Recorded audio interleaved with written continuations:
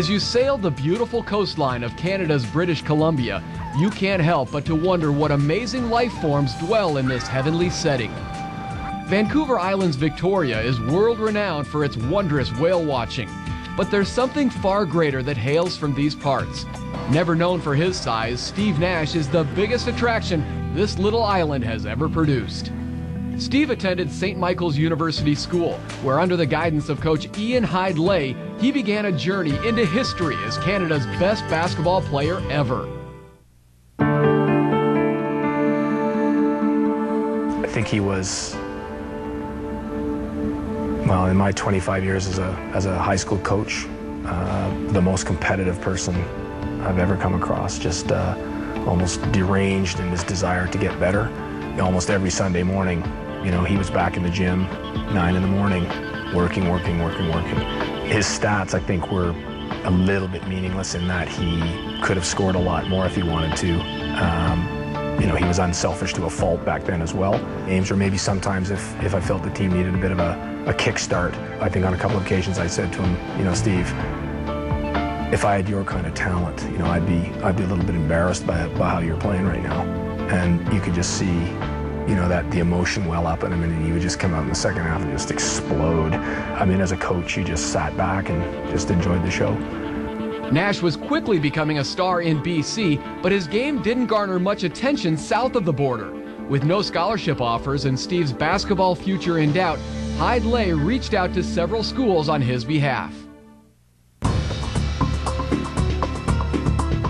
In the letter, I clearly indicated, look, I understand, 6'1" white guy from Canada, unknown coach, unknown program, but I asked them to reference Ken Shields, the national team coach. Most of them didn't. And I'm thinking, oh, I just can't believe somebody this good is gonna not get an offer. Ironically, we did not write to Santa Clara. Scott Graydon, the Santa Clara, I think, volunteer assistant, you know, just saw him and just made that initial pursuit. And then I think, you know, by the time Dick Davey came up here for the provincial championships in March of '92, you know, he was like looking around thinking, God, I hope nobody else is here, because guy's a pretty good player. Destined for Santa Clara, Nash was ready to leave his home in Victoria, where he spent several hours a day competing against younger brother Martin. They grew up here, where locals say the Nash brothers' growth marks are still etched on their old bedroom door. The two shared time on the court together playing for Coach Hyde-Lay. Martin himself was a wonderful player, in many ways as skillful as Steve. Very skillful, really quick, and a superb shooter. Interestingly, in Martin's senior year, he absolutely shattered the Island single-game scoring record. He scored 55 points in 25 minutes, and I think the way he was going that night, he might have had 80 if we'd left him in there. As good a shooter as Steve is, Marty may have been better. It's been 15 years since he left St. Michael's, but Steve still remembers those who supported him in the infancy of his career.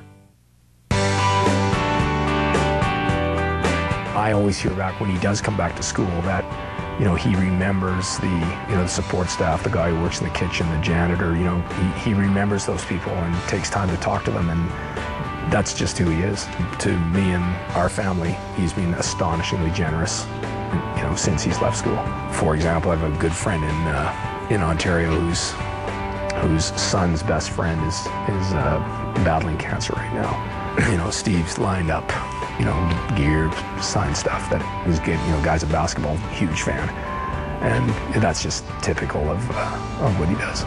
Every time they came to Vancouver, to Seattle, you know, it's always, you know, he arranges tickets and just does everything that you know that we need. We this past spring we were in Phoenix for a week, and he laid everything on. It was absolutely brilliant. That's what makes him, you know, a true global superstar, is that, you know, he's a great player, but he's doing as much or even more off the court, and I think it makes Victorians, British Columbians, Canadians extremely proud.